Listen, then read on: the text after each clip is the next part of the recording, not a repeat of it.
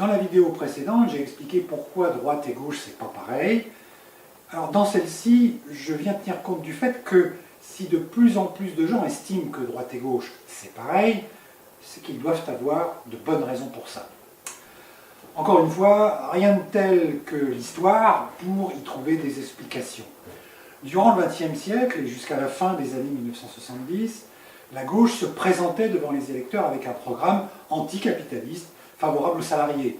En Europe, la social-démocratie imposait aux capitalistes de payer des revenus décents aux salariés, d'améliorer leurs conditions de travail, de diminuer leur temps de travail. En France, le Parti communiste et le PS avaient en commun de vouloir en finir, un jour ou l'autre, avec le capitalisme. En 1981, le candidat socialiste François Mitterrand est élu président de la République avec un programme où cette rupture avec le capitalisme était notifiée noir sur blanc. Mais les choses vont se gâter rapidement et gravement. 2 ans plus tard, le même François Mitterrand et son gouvernement prennent la décision de lancer la France dans la construction européenne sur les bases d'une libéralisation de l'économie. Tout ce qui a été appliqué jusqu'à maintenant était écrit dès cette époque.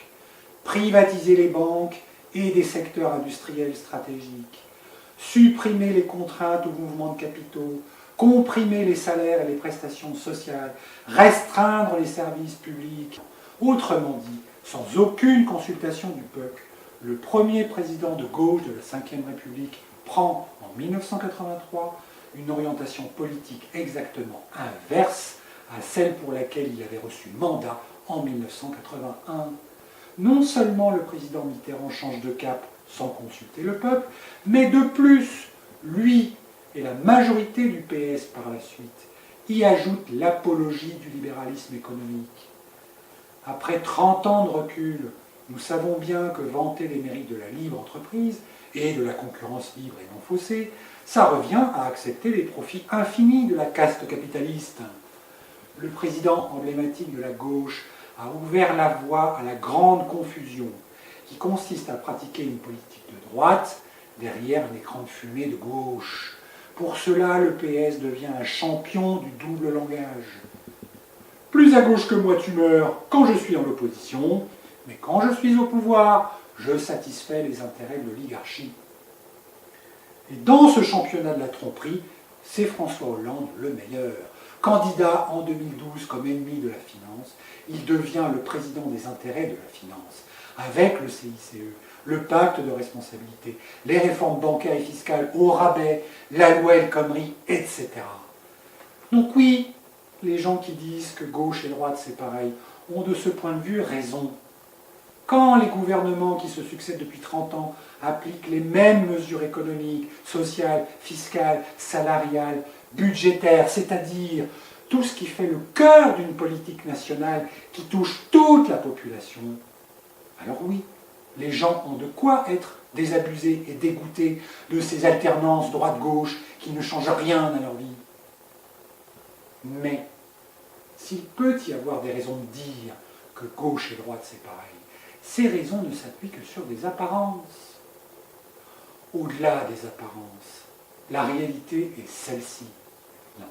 La similitude entre gauche et droite ne s'est pas faite par un rapprochement où tout le monde aurait fait le même chemin pour se retrouver d'accord au centre.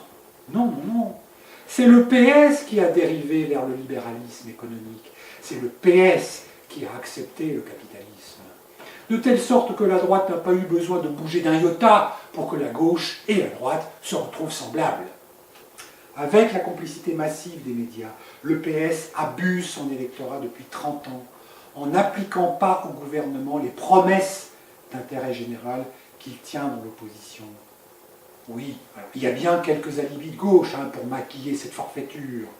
Alors, une réduction du temps de travail par-ci, mais tellement mal appliquée qu'elle plombe les bas salaires. Ou le droit au mariage pour tous par là.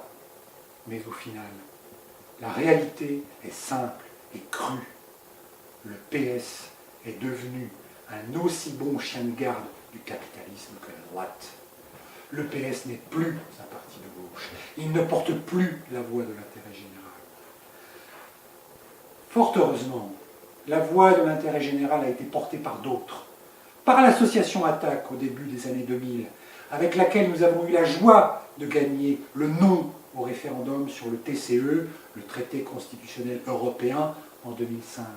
Par le Front de gauche qui, en 2012, a redonné ses couleurs à la gauche et a évité que le social-libéralisme de François Hollande n'emporte tout. Nous ne demandons qu'à être de plus en plus nombreux avec la France insoumise pour que la force de notre nombre nous rende capables de réaliser l'avenir en commun. Bien voilà, nous arrivons au terme de cette deuxième vidéo. Allez-y, si elle vous convient, vous likez, le petit pouce, vous partagez dans vos réseaux sociaux, vous partagez avec votre courriel, et rendez-vous à la 3e édition.